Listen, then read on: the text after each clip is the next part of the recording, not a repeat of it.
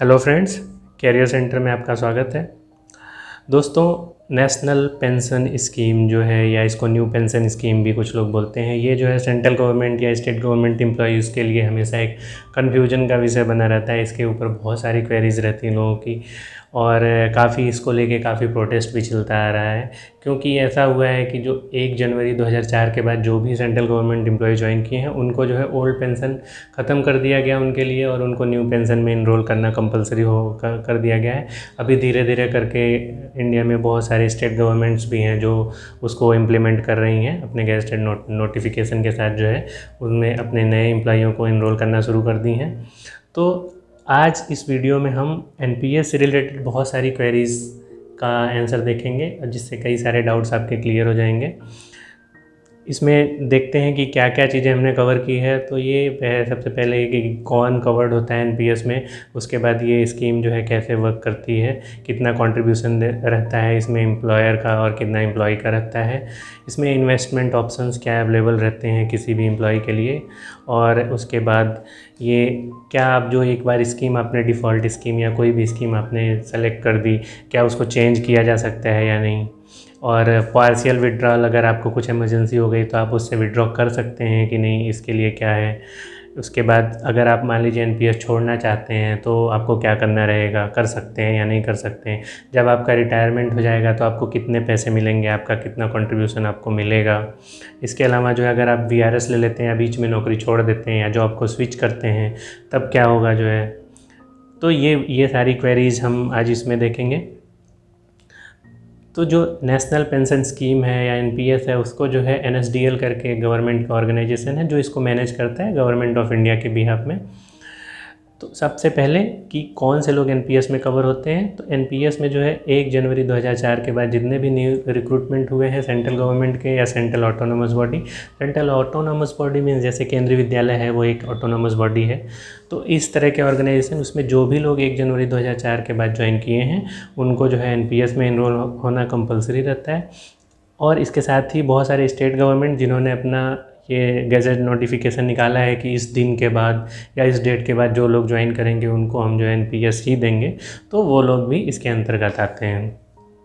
अब ये एनपीएस जो है वो ओल्ड वाले से कैसे डिफरेंट है, तो ये देखते हैं। एक्चुअली जो ओल्ड पेंशन स्कीम थी जो है उसको ये बोला जाता था कि ये डिफाइंड बेनिफिट पेंशन स्कीम है, इसको डीबीपीएस बोलते थे। जो आदमी जो है इसमें जो एम्प्लॉय लास्ट पे उसका विड्रॉ करता था उसके बेस पे उसको पेंशन मिलता था। जनरली वो 50% उसका रहता था जो उसने लास्ट सैलरी विड्रॉ किया। लेकिन एनपीएस ऐसा नहीं है। एनपीएस जो है वो डिफाइंड कंट्रीब्यूशन पेंशन सिस्टम है इसमें कि आप जो पैसा आप देंगे उसी से होगा। अब इसमें लॉस क्या है, उसमें लॉस ऐसे लोगों का है जैसे कि कोई मान लीजिए कि बहुत ज़्यादा एज होने के बाद कोई सर्विस में ज्वाइन किया, 40 साल में ज्वाइन किया, क्योंकि कुछ केसेज में ऐसा रहता है मैक्सिमम एज जो है वो 40 या 45 की रहती है, तो फिर वो 15-20 साल में रिटायर हो जाएगा। और या फिर कोई टेम्परेरी बेसिस पे है, कोई एम्प्लॉय जो है वो लोअर लेवल पे था, कुछ टेम्परेरी बेसिस पे कर रहा था, उसको परमानेंट किया गया और पता चला 5 साल बाद 10 साल बाद उसकी रिटायरमेंट है, तो वो जो है उसका उतना ज़्यादा कंट्रीब्यूशन इसमें हो नहीं पाता है जिससे कि उसको एक अच्छा खासा इनकम या एक अच्छा खासा रिटर्न मिले।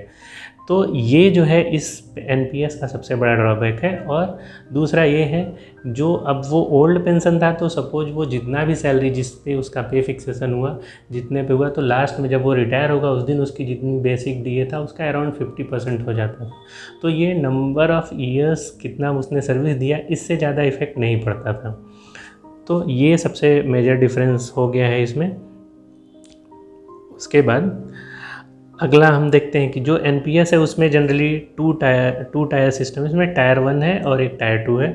तो जो टायर 1 है वो गवर्नमेंट एक्चुअली इसी को खाली मैनेज करती है। जो टायर 2 है वो आपको जो है ऑप्शनल दिया जाता है कि आप अपने खुद से जो है आपका कुछ दूसरा इन्वेस्टमेंट है जिसको आप यहाँ वहाँ म्यूचुअल फंड या बॉन्ड्स खरीदते हैं, उसकी बजाय आप टायर 2 में कर सकें। तो ये टायर 2 जो है वो ओनली वॉलंटरी बेसिस पे है, जिसको रिक्वायर्ड है वही करें, बाकी कुछ ऐसा कंपलसरी नहीं है। हाँ, लेकिन टायर 2 आपको ओपन करने के लिए टायर 1 अकाउंट होना ज़रूरी है।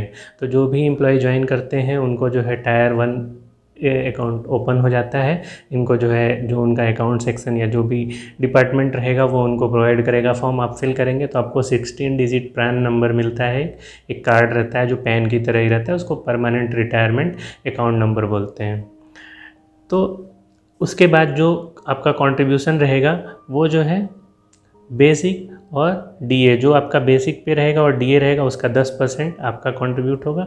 और सेम अमाउंट जो है वो गवर्नमेंट भी पहले करती थी, लेकिन जो है उसको 1 अप्रैल 2019 के बाद से चेंज कर दिया गया और गवर्नमेंट ने अपना कंट्रीब्यूशन बढ़ा दिया है। मतलब गवर्नमेंट ने 14% कर दिया है। आपका 10% रहेगा, लेकिन आपका वो सेम अमाउंट का जो 14% वो गवर्नमेंट कंट्रीब्यूट करेगी। तो गवर्नमेंट का कंट्रीब्यूशन अभी बढ़ गया है।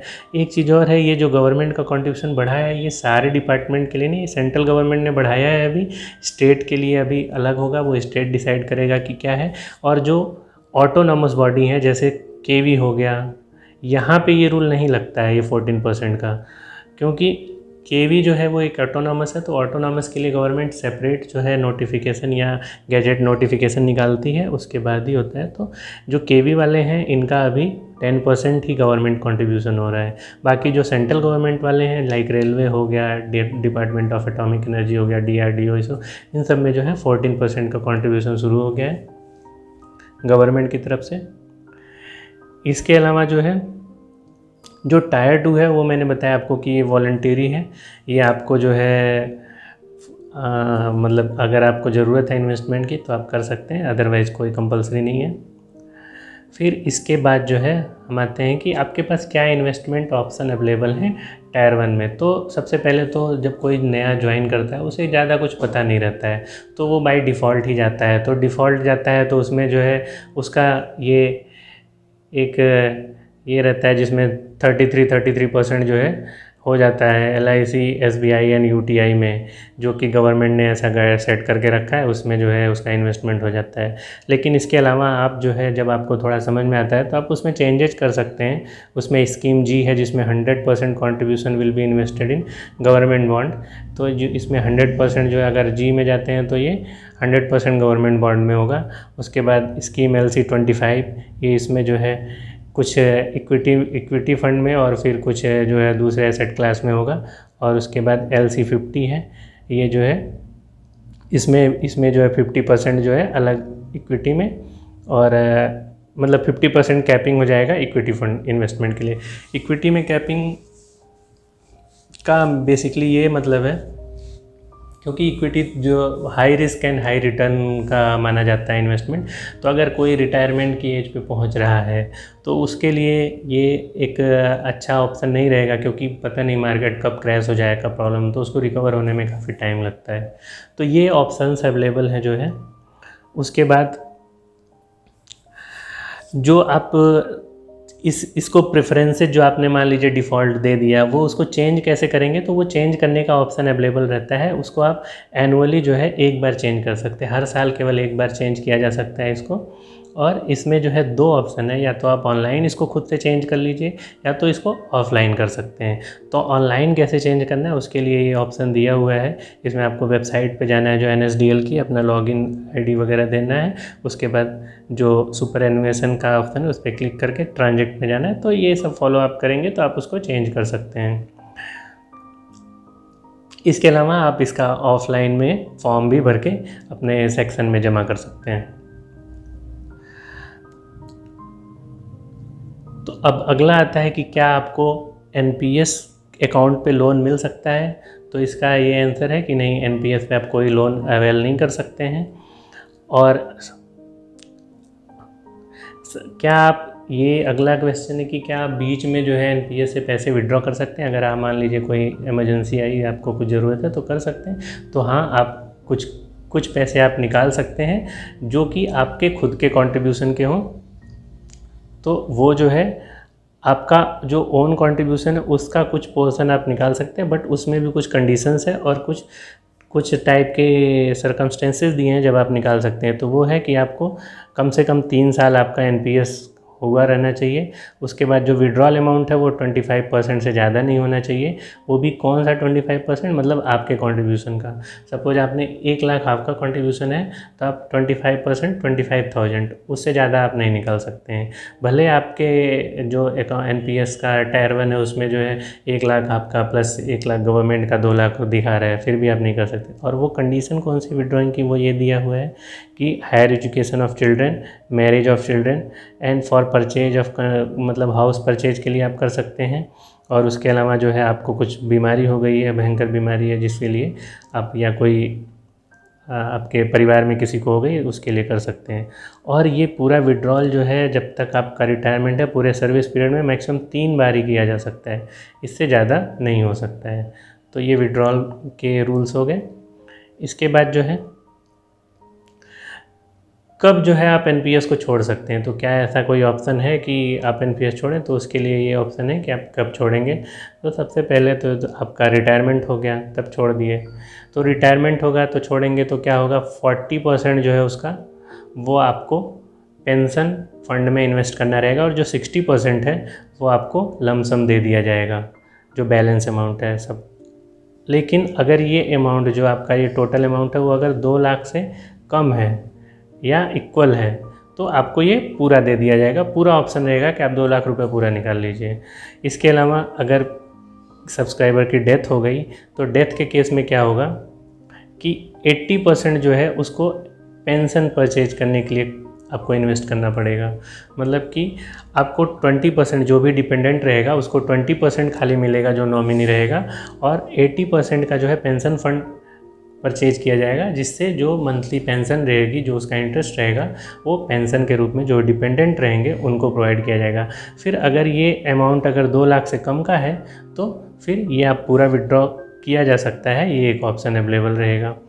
और उसके बाद तीसरा है कि आप प्री मैच्योर एग्जिट के मतलब कि आप मान लीजिए कि छोड़ना ही चाहते हैं कुछ भी है, तो उस केस में भी आपको एटलीस्ट 80% जो है वो पेंशन में इन्वेस्ट करना रहेगा। ऐसा नहीं है कि आपको पूरा पैसा मिल जाएगा, वो फिर 20% जो बचेगा वही केवल आपको मिलेगा।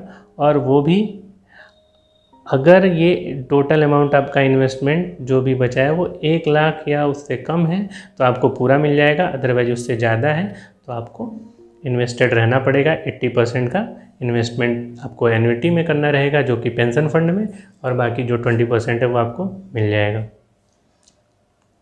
तो ये जो है ये विड्रॉल और एग्जिट रूल हो गए। अब इसके बाद देखते हैं कि 60 ईयर्स के बाद जो है सुपरएनुएशन के बाद क्या ऑप्शन अवेलेबल रहता है। तो ये ऑप्शन है कि आप जो है या तो आप 40% जो कि जैसे हमने पिछले स्लाइड में देखा कि आप 40% जो है पेंशन में इन्वेस्ट कर दीजिए और बाकी 60% विड्रॉ कर लीजिए, ये करिए।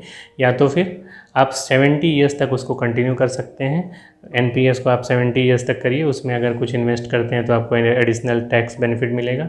फिर डिफर्टमेंट ऑफ विड्रॉल, मतलब आप चाहें तो आप कुछ भी ना निकालें उसमें से एक भी पैसा, सब इन्वेस्टेड रहने दीजिए, तो आपको जो भी रिटर्न रहेगा वो मिलता रहेगा।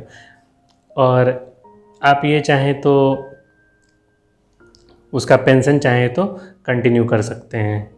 तो ये जो है इसमें ऑप्शंस हैं रिटायरमेंट के बाद के। और इसके बाद अगला है कि क्या जो वॉलंटरी रिटायरमेंट है वो प्री मैच्योर एग्जिट ट्रीट किया जाएगा अगर मान लीजिए कोई वीआरएस लेता है। तो यस, अगर कोई वीआरएस लेता है, कोई पहले 60 साल से पहले होता है तो उसको प्री मैच्योर एग्जिट माना जाएगा, और जो प्रीवियस स्लाइड में जो रूल्स हैं उसके हिसाब से उसको इन्वेस्टमेंट करना पड़ेगा। तो देखा जाए तो अगर ये प्री मैच्योर जैसे कि पहले जो ओल्ड पेंशन थी उसमें ये सब ऑप्शन जो है काफ़ी अच्छे थे कि अगर कोई 16 ईयर्स सर्विस कर लिया तो उसको पेंशन मिलने लगती थी, या फिर रिटायरमेंट से पहले 2 साल पहले रिटायर हो गया तो भी कुछ ऐसा नहीं था कि आपको पैसे नहीं मिलेंगे। लेकिन इसमें जो है जैसा कि हमने देखा काफ़ी सारे ऐसे रूल्स हैं जो है जो हमको प्रॉब्लम क्रिएट कर सकते हैं। तो आई होप कि मैंने आपकी बहुत सारी क्वेरीज इसमें क्लियर की होगी। अगर और भी कुछ आपके दिमाग में है तो आप नीचे कमेंट करके बताइए, और इस वीडियो को आप अपने और दोस्तों के साथ शेयर करें जिससे उन्हें भी ये सारी इन्फॉर्मेशंस पता चल सके। देखा जाता है कि लोग एनपीएस के बारे में बहुत कंफ्यूज रहते हैं, उनको रूल्स नहीं पता रहते हैं।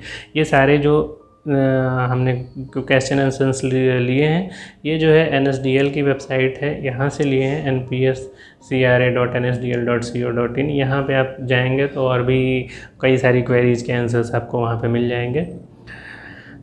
So finally, thank you for watching the video.